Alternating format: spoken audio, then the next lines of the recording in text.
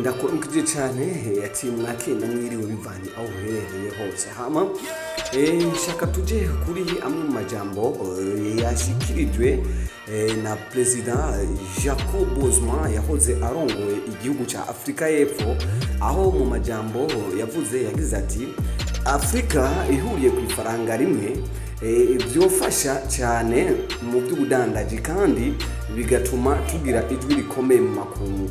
Hama aho yari mu gihugu ca Ghana komeje kunegura cyane ukuntu Afrika iguma ishira imbere idolari y'abanyamerika.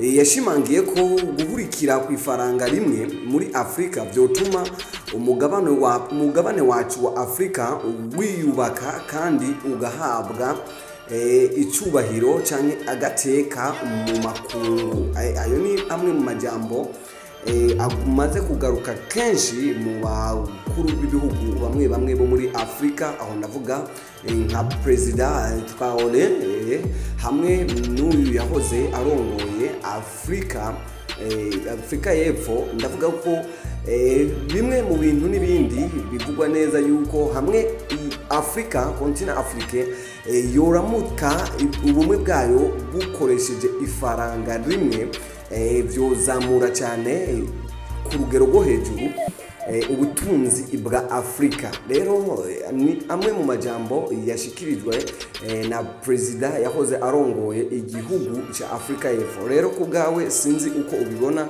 urashobora gusiga commentaire yawe hama ukamenyesha nawe uko ubibona.